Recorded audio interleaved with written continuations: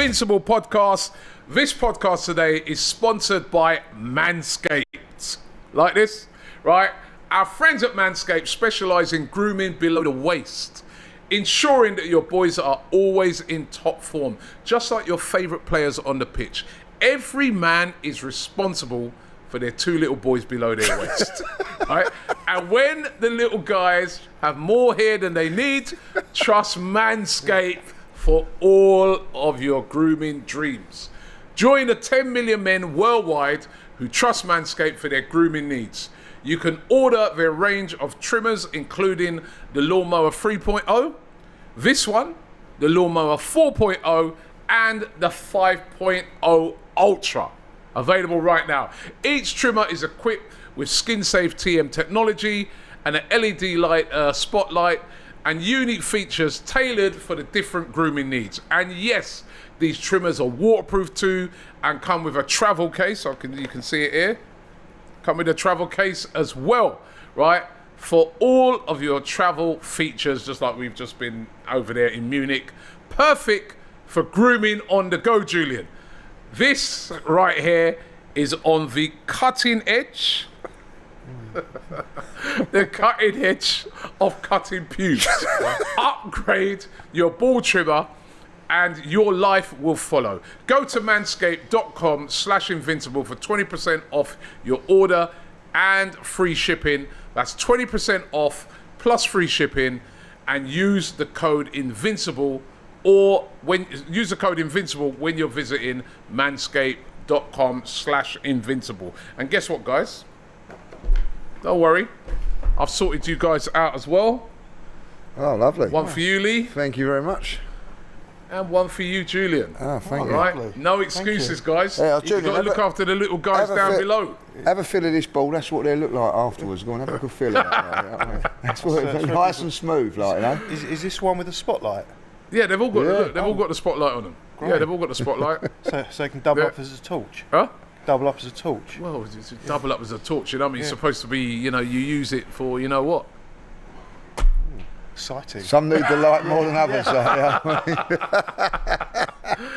And we don't want to see a video of when you're doing yours. No, certainly not. But listen, very handy. After sharing a room with him in Munich, he needs one of these definitely, like, you know.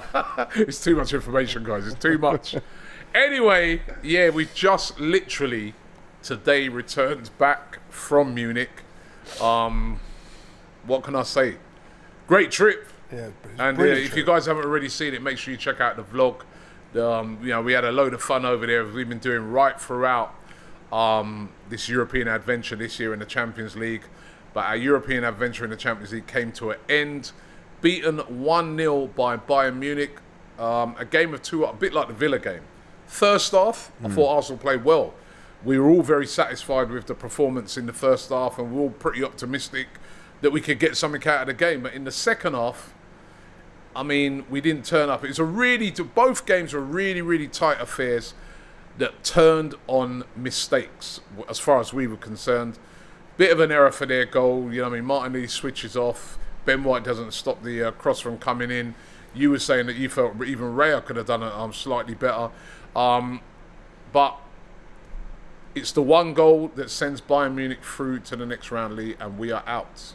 Yeah, listen, I'm disappointed, obviously, but I'm going to be really honest about it. I was more down and upset about Sunday because I didn't expect Aston Villa game. I always thought there was a chance that we could go out against Bayern, and I felt deep down, you know what I mean, we probably missed out at home. We made mistakes at home. Mikel Arteta said about that. And I just feel on the day, my one biggest disappointment about it, after sitting down and thinking about it, was in that last 10 minutes, we never really give it a go. We carried on going at it. We never really chucked the kitchen sink at it, and I felt that we needed to do that. And I think, if I'll be really honest, we went out in a bit of a whimper in the end. That was my only disappointment about it. I felt that, listen, we competed with them over 2 games. The last time we never did, but we really did compete with them over the 2 games, and it was fine margins. Just a mistake here, a mistake there, a save from Neuer, the Ben White one in the first game, just little things like that. When they made their mistakes, we didn't didn't them punish pay him. for it. Like you said, Ben White, in the first game when we're 1-0 up, Saka put us in the lead. Ben White had that chance, hits it straight at Neuer. And then in the second game, Julian Martinelli, big chance for him, does the same, hits it straight at Neuer. Yeah. Don't take the chance, but they took their chances clinically, and that's why they're through. Yeah, it's just interesting what Lee said about the fact you didn't think that we threw the kitchen sink at them. But when Arteta came out in his press conference after the game, he basically alluded to the fact that they did everything once they scored that goal, which I disagreed with. It's very rare that I'll disagree with Mikel Arteta and completely agree with Lee, because I felt that they didn't really go for it, and that last kick of the game from Saka, I'm going to call it pathetic, and I hate using that in the same sentence as Saka, but there's not a word that comes to mind better than that for me. It was pathetic, and it summed up that particular performance. So I do agree with Lee. I disagree with Mikel Arteta, but I was trying to think of what are the reasons why. And it goes back to our predicted 11. The one position that we disagreed on was Tomiyasu and Zinchenko. And I went for Zinchenko and you guys went for Tomiyasu. And it could have been a whole lot worse with Zinchenko. I think we can all admit that Zinchenko has, that we talk about risk and reward. And if we played Zinchenko, we could have ended up on the end of another 5-1. But the other side of it is that if we had played him, I think that gave us a better chance. And also it's a different mentality, because we played very defensive. And when you play like that and you're in that mentality and then you go a goal down, it's very difficult then to change it around and up the game and completely change it. Yeah, he made subs, didn't he? He brought people on. He made... and all of those subs were attacking subs. He took off Jorginho, he brought on basically 3 attacking players, but we still didn't. But there was a mentality of defending the whole game, and it was the same for Bayern, and that's why the first goal was going to be all important, because there wasn't likely to be a second one because of how both teams played. In the Champions League, teams, especially when you get to these knockout stages like 2-legged ties, nobody wants to concede, because they know even one goal, a team can just sit behind the ball for the rest of the game, lock it off, and that's it. That could be you gone. So you can see both teams are desperate not to make errors, right? So both teams, Bayern defended very deeply in both games. So that's not how they normally play, right? But when those chances fell to Arsenal, they didn't take them. And like you guys said, what I was really disappointed in that second half, like you said, Lee, expecting them to throw the kitchen sink at Bayern, they didn't. They just continued playing the same way. Little tippy-tappy, short passes, slow build-up, trying to sort of, penetrate Bayern. That hasn't worked for most of the game. Try something else. Yeah. Mix it up. Go long. Try and put some balls in behind. Try to whip a few crosses in. Yeah, we just didn't. We just continued doing the same old. And, you've got to say to yourself, by this stage, they were more than accomplished at dealing with that, because they've been dealing with it the whole game. And where we really lost that game was in the first leg. You don't go through in the Champions League, on the whole, if you don't win your first game. And we didn't win that first game.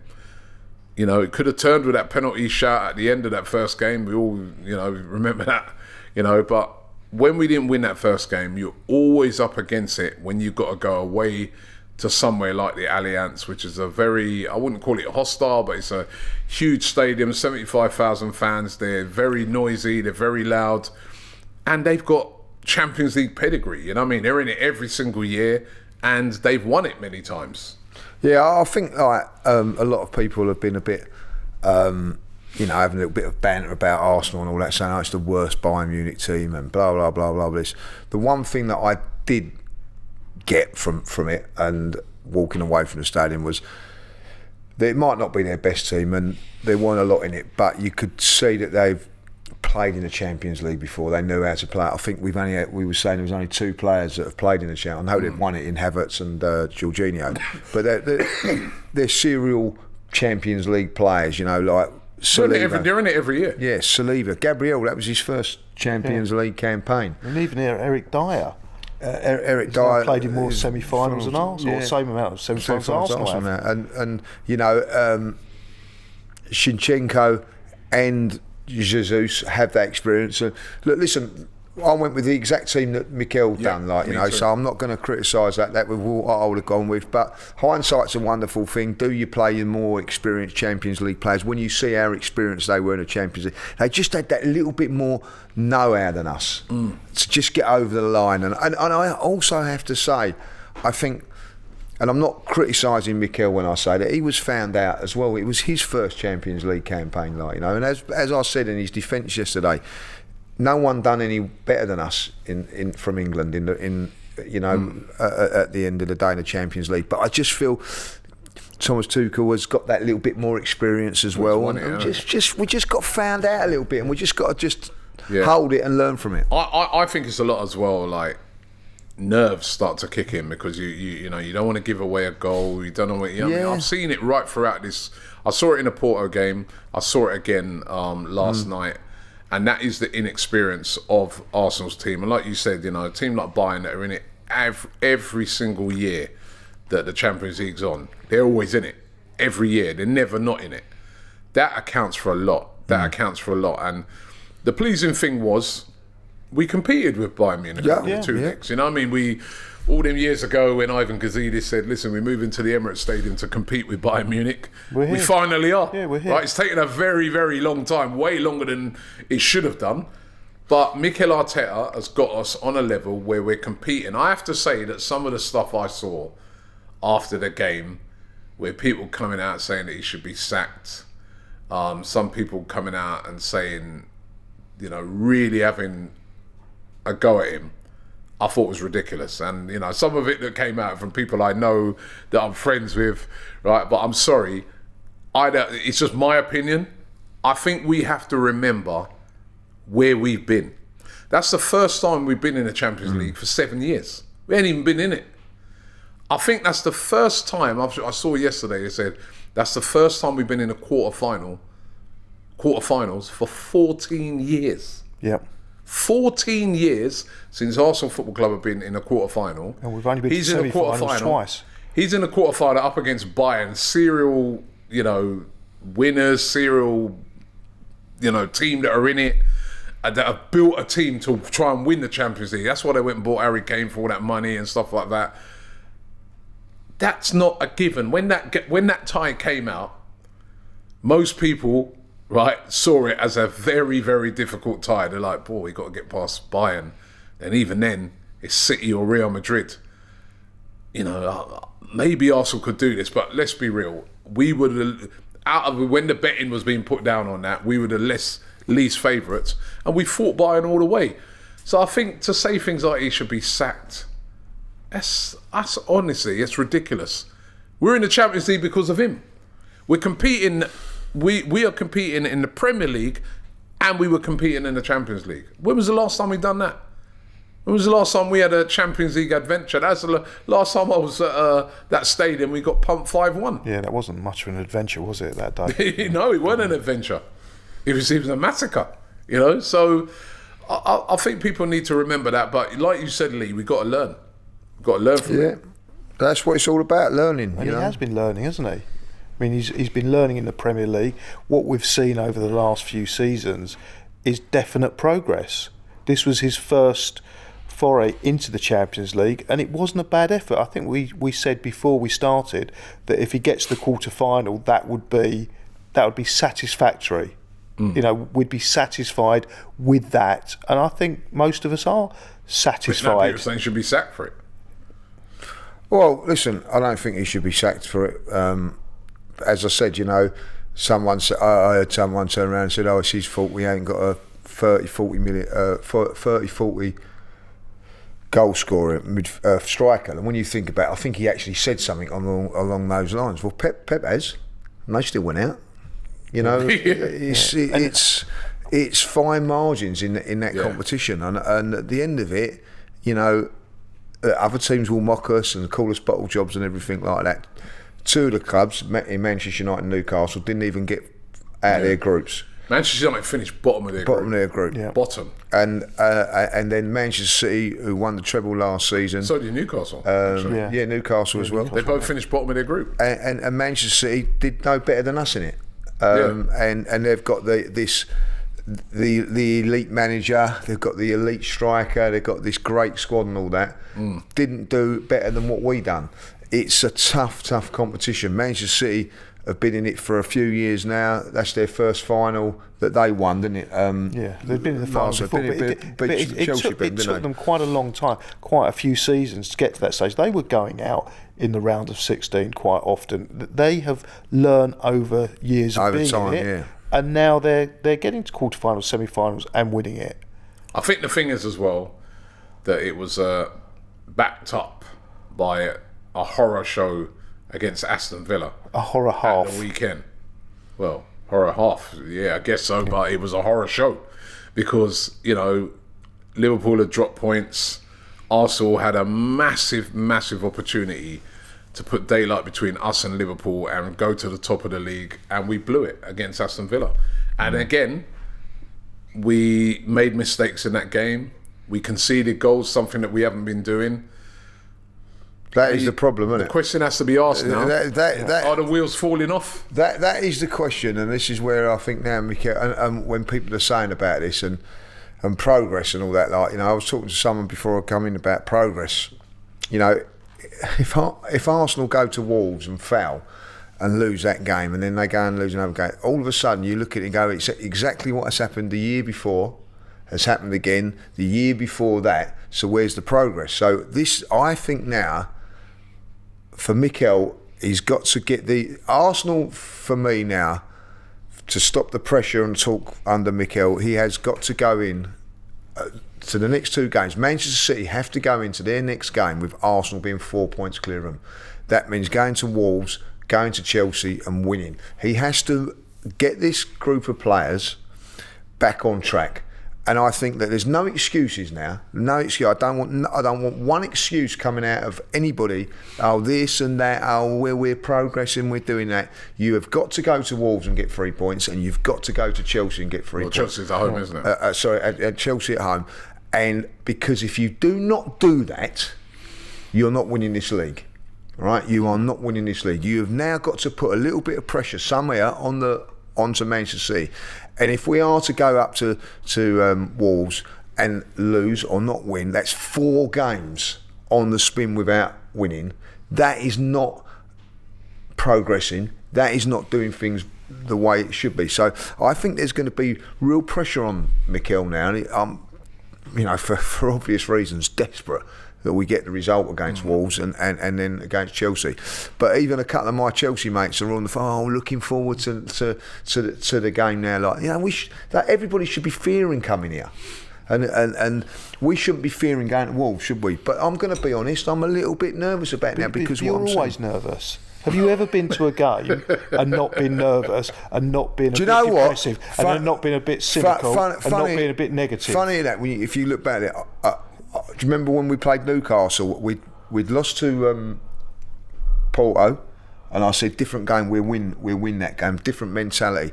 And I'm going to be really honest, I never see that result against Villa. I think that's why I was a little bit more down, even at 0-0 at half-time, saying we'll still win this 1-0, we're still nicky. I couldn't believe we lost that game.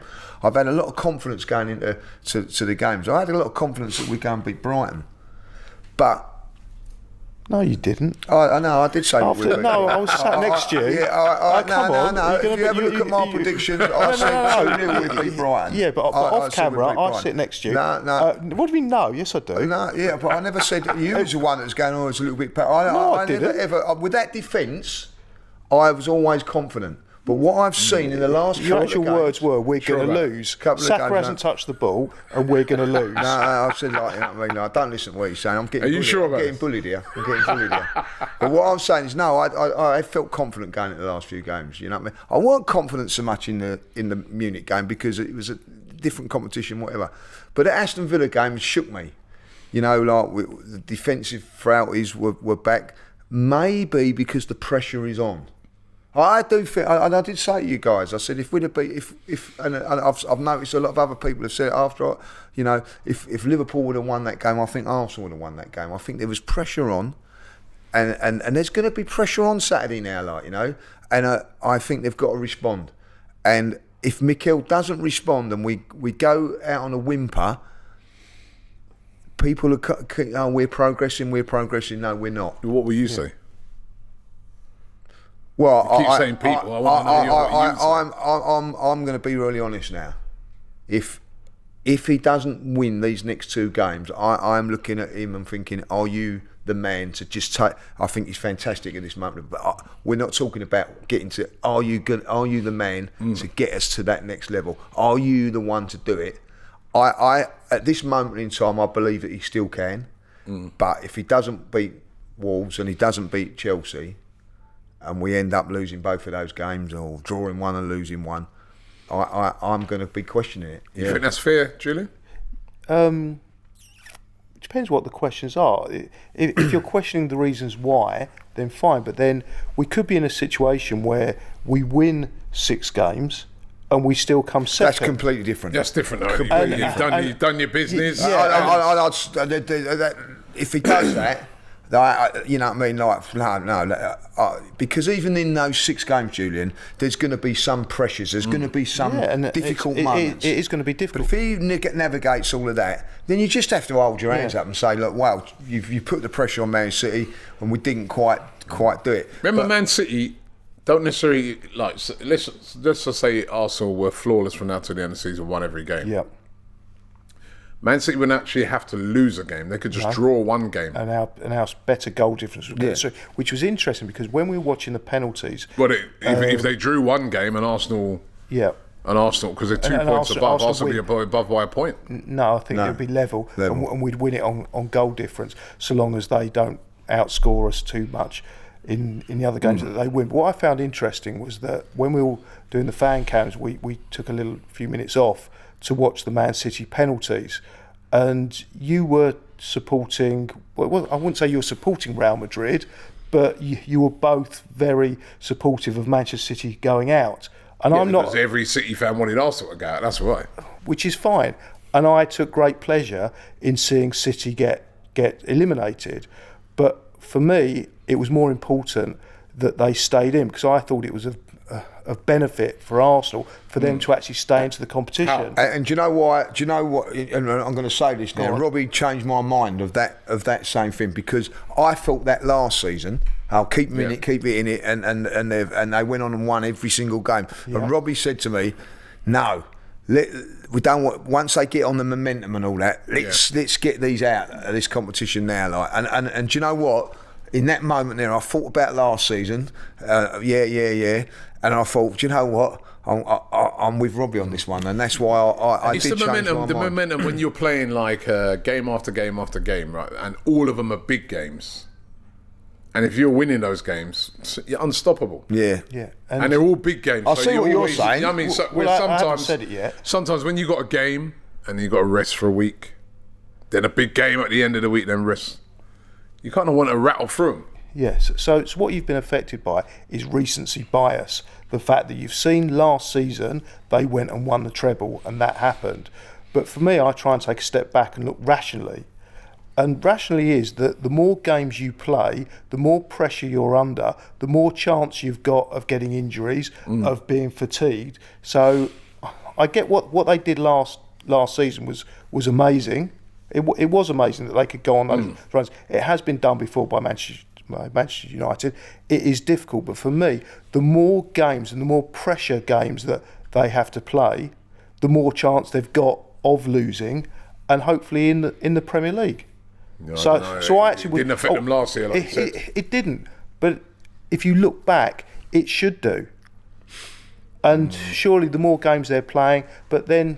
Well, they're out now, so that's not going to come into play. So it's a shootout between the 3 teams. It looks like Liverpool will go out as well. So each one of those teams, their priority now is the Premier League. And that's why I think still hurting more about the Villa game than this game, because at the end of it, if we'd have beaten Villa and Man City would have gone out like that, and we've gone out as well, it was still in our hands going into the next games.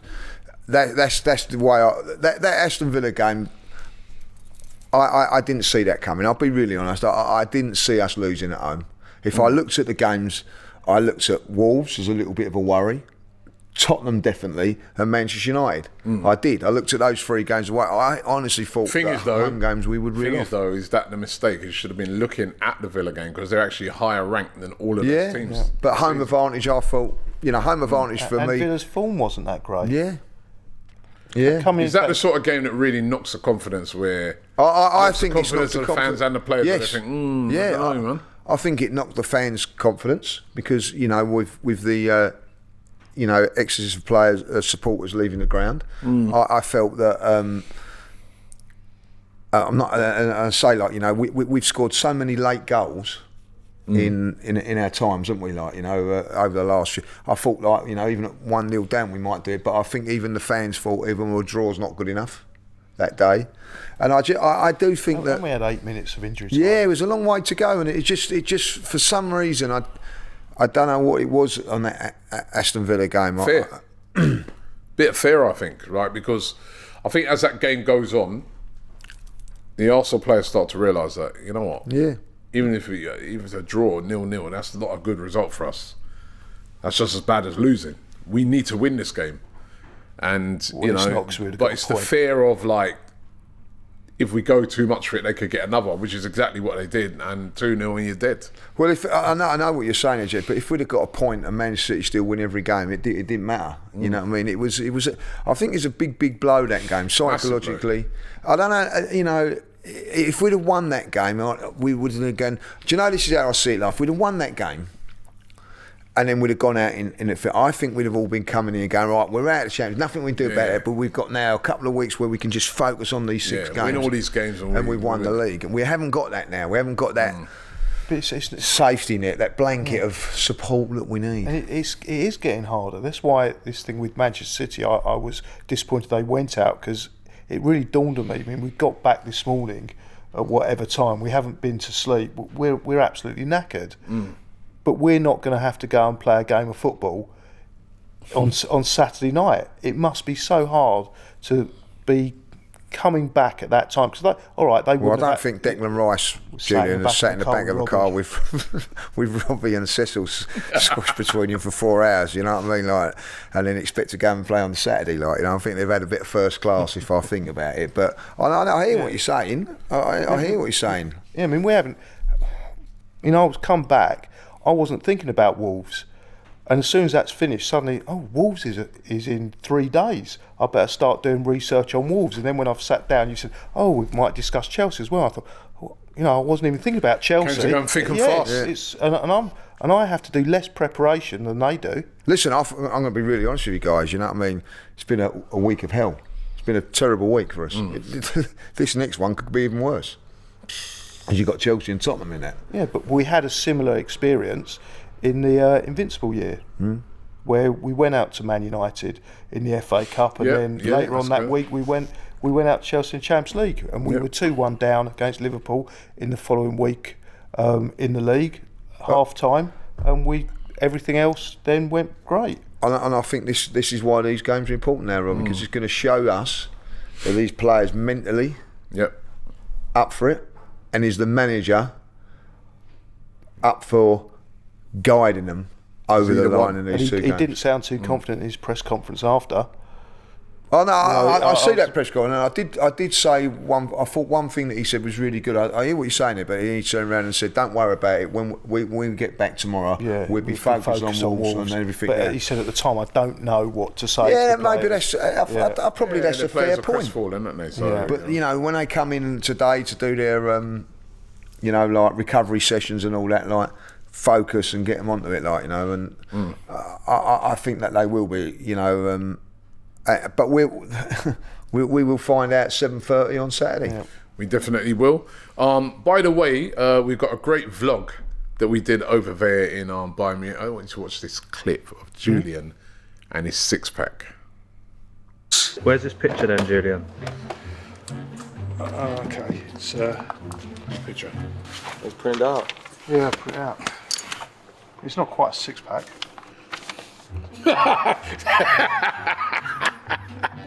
There is no way that is you. That's been photoshopped. Julian Becka, that is a top picture, my son. No, you know. Hey, you know what? This is Tinder. kind of how I Tinder remember. profile. That's definitely not you, mate. Well, it's you. That's your head, but it's not your body. Julian, I'll take it back, like, you know. And do you know what's amazing about that? Is you're not airy in it. That is incredible physique. Got enough on your head, though. You would swear, hand on heart, right, that this Could be you. is you. This is your body. I, Julian Becka, swear that this picture has not been doctored by me. That's all I needed to know, yo. So your six-pack will be revealed. Let's talk about. Should we talk about the Chelsea games? Just talk about the Chelsea game. Nah, I'm only joking. I saw his face. I know you've done loads of preparation around the Wolves game. Well, I haven't done Let's talk about Wolves away, right? Quite a few people have been saying to me it's a tough game. We got a decent record out of the Wolves, though. We won there last year. We won there the year before. What's your research on Wolves telling you? Is this going to be a tough game for Arsenal? They've been a bit of a mixed bag this season. But they got good players again. Cunha is back as well, firing for them as well. What sort of game are you expecting? Well, I use a similar strategy for most of the research that I do, in that I don't look particularly at what you said regarding how we've done in other seasons, because quite often they're different teams at different stages. So the first thing I do is look at the last recent form, last 5 games. If you look at Wolves' last 5 games, they haven't won. I think they've lost 3 and drawn 2. Yeah, a draw would be like a loss to us, though. Yeah, So we have to win. It would do. We have to win. And some of those losses, I mean, one of the losses was against Coventry at home, which they were nailed on to win. So they're not a good stage. They've also got injuries. So that's, you know, Who's out? They've got the guy, I think, at left back. Who's the? Nori. Ait Nori. He's out. Yeah, he's not playing. Neto's doubtful. Neto's not playing. They've got 2 players that have just come back. One is Cunha, who Very good player. Yeah, and he played really well against Forest. He was the difference. Yep, scored twice, I think. Excellent. Yeah, one goal was excellent, but he was really busy through the whole game. He looked like he was back. He trained well, and with 5 minutes to go, Juan, is it? He came on. Didn't really do much, but he's been out since the Asian Cup and he's been really good. So I'm hoping that he won't really be back in the flow. But having spoken to a Wolves fan on the way here, he was quite confident on 2 things that I hadn't considered. One was the fact that they seem to play very well against the bigger teams. So if you look back at some of the results, and do you remember when we watched them play Spurs? Yeah. Yeah, and they turned Spurs over. They've also turned Manchester City over at home. So his view is that they really raise their game for the bigger teams. They haven't got anything to play for, so it's kind of their last hurrah of the season. If they can stop Arsenal, then that's a big thing for them. The other thing he said, which I couldn't really get my head around, but you know, I'll take his word for it, is night games for them. They seem to perform a lot better in the evening games. And I think it has to be from the atmosphere at Molineux. So it's a difficult one to call. Got to win it, though. Yeah, we have to. Got to win it. And Draw would be disastrous. Well, like, you know, you have to hold your hands up. If Arsenal draw this game, that's it. That's the end of it. Like, because if Manchester City don't do it, then Liverpool will. You know, at this moment in time, I think, you know, I always, you know, like when you say about Mikel, I don't really listen to Mikel because he's a bit, you know, lies and he does it. He's a bit deceitful because but Declan Rice's interview was spot on. He turned around and said, like, don't worry, we will be ready come Saturday, and I like that attitude, and like, that's what the players have got to do. But I think there's a few players that are struggling. with the. Well, I think Odegaard.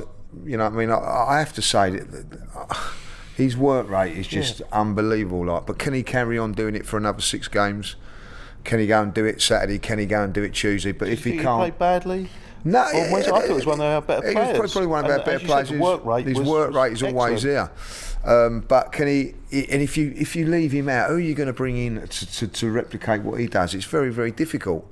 I think Declan Rice, it's the recovery runs of his where he was just steaming past people and all that. Like he's not doing that as much now. Like, you know, again, who's going to come in and replace him? And I do feel that the 2 wide players who, I think if they was in the form that they were last season, I think they'd have got us over the line. Martinelli, by the way, this time last season was really in form.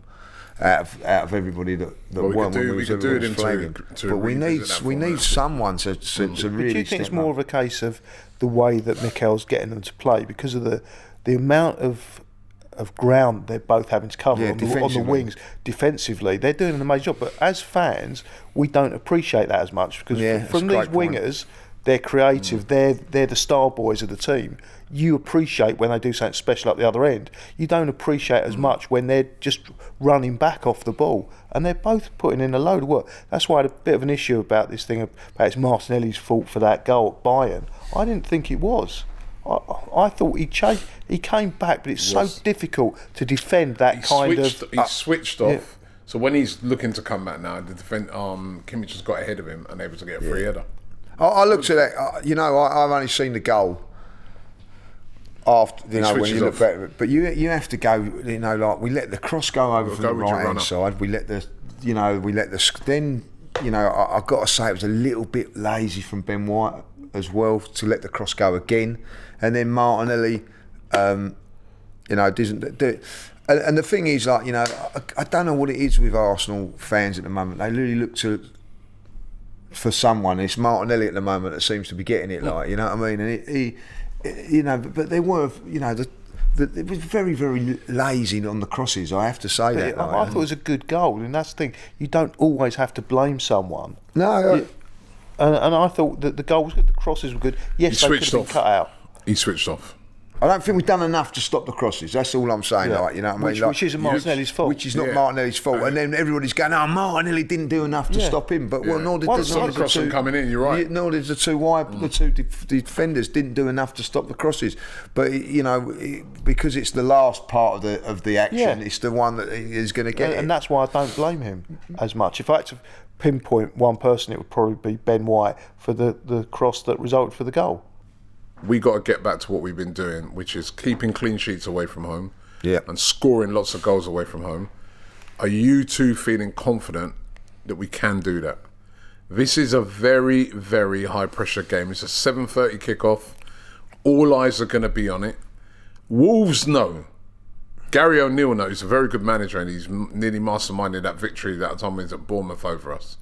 They know that Arsenal will be jittery.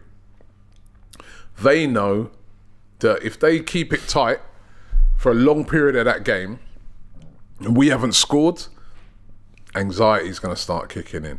He'll be saying to his players, what we're going to do, we're going to keep it really tight. Don't give away nothing, you know. And then later on now, we'll try and catch them on the counter-attack. And Wolves are a very, very good counter-attacking team. That is one of the things that gives them most of their success. When they beat Tottenham in that game he was talking about, that's what they did. They were counter-attacking and they're quick on the counter. This is a dangerous game for Arsenal. It's dangerous, but there's nothing Manchester City can do to stop us going top of the league. They can't do nothing. Because they've got FA Cup. They've got FA Cup and they've got Chelsea, and you know we want that to go to extra time penalties. Like tired of both of them out going into the game on Tuesday. What I think, if Arsenal to win this game, they've got to keep a clean sheet, Rob, and I believe that they can. I see a little bit of nervousness because of the occasion over at Bayern Munich, but I feel that. There's nervousness at Villa as well. Yeah, there was. And I think that you can go on that, even in that game against Villa and even in the game against Bayern Munich, we had the chance to take the lead. I think if we're playing up on Wolves and that, and if we get a chance and we miss it, then I'm going to be starting getting a little bit jittery. You know what I mean? But that first chance we have to take just to give us a little bit of breathing space and take the pressure off. Yeah. What about you? Okay, so the final part of the conversation today with, I'll name him, so it's our friend Inda, who said to me two other things right at the end that I've just remembered that give me confidence. The first thing is he thought Wolves' good form and being able to beat City and Tottenham was down to a new manager bounce, that their better performances were at the beginning of the season, and they beat both them. I think it was September and October they played those two games, and they're a bit of a roll. They had a good February, but he said that it's kind of, they're just getting into this routine. They're mid-table. They haven't really got anything to play for, and the form is on the down. Another thing he told me, and he came up with a stat, and I've not been able to verify this, that Wolves haven't scored a goal out of the area, so they've got to penetrate into our box. Now, one thing we're brilliant at is being able to defend our own box. So on that basis, I think we'll be fine, and we won't concede there. When looking at what the teams in and around us have got, obviously City, no game for them. They do have a game. It's an FA Cup game in which they play against Chelsea in the FA Cup. Liverpool have to go away to Fulham. Not easy. We lost there. Tottenham have lost there. Tottenham have lost there. They've taken a couple of big scalps. They won at Old Trafford. They're a really weird team. They are, aren't they, Wolves? And they can turn up one day and they can turn someone over, and then another day get smashed. Fulham, sorry. When Fulham play, Rob? When is that game is on Sunday at 4:30. So we go first this week. Yeah. So that's I'm pleased with that. Only if we win. Well, yeah. Or did you mean we go first, as in we play first? We play first, yeah. Yeah. I think that's important. So let's test the confidence. Let's get some predictions for that game. 2-0 to Arsenal. Yeah, I'm saying the same. 2-0. 2-0.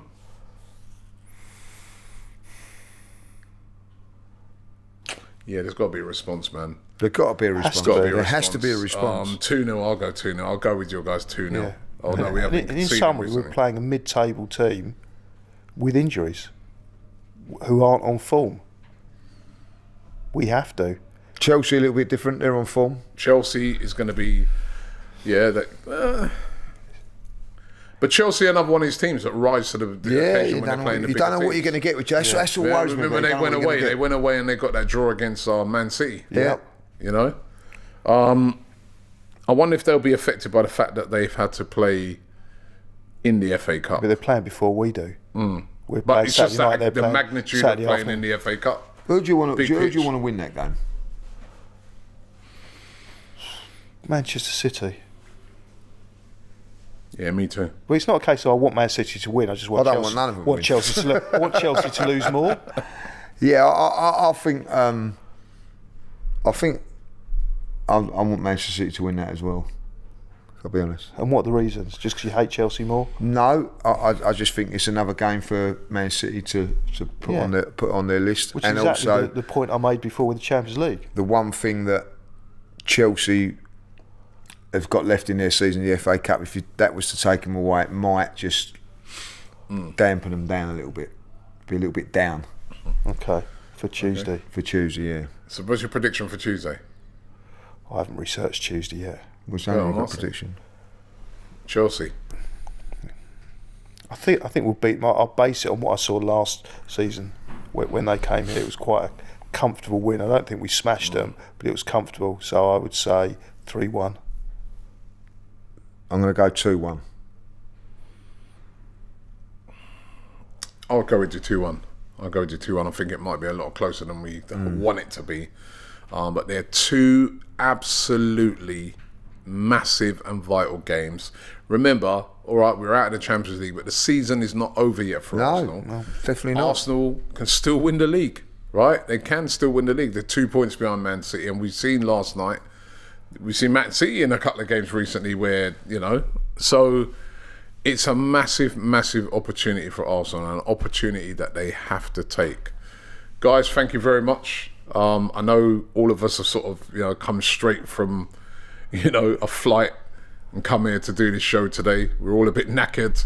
We're all a bit bruised from the performance over there in Munich, but this is a real chance. The season's not over yet. Arsenal still got a lot to play for, and a real chance to do something over these next couple of games 100%. that will restore the faith. Don't forget, Manscaped, as we've been saying, you've got the... don't say I don't give you nothing. Yeah, the 4.0 you going to give us a demonstration? Yeah. You going to give us a demonstration? Yeah. Oh, yeah. Oh, yeah. Lovely. Are you looking for you go. a different type of like Well, no, you don't get realistic it. Well, demonstration? no, you know what I mean? I mean, you do that demonstration in private, you know what I mean, right? So, but listen, it's good stuff, this, right? So make sure you get yourself one. Use the code, and the links are all there for these. But they're brilliant. And thank you very much to Manscaped for sponsoring the video. Thank you, guys. Big game this weekend. We'll be covering it, of course, here on AFTV. So make sure you check out the watch along, the show afterwards where you get a chance to ring in. And if you're at the game, come and see us. We're going to be there in full force speaking And to we'll the be fans. hairless. Yeah. All over.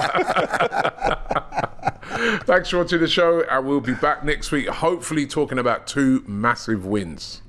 The Invincible podcast. Myself, Robbie, and Lee Judges come together once a week to discuss all things Arsenal. Straight talking, considered discussion, brought to you by the fans of the only club in Football League history to go invincible.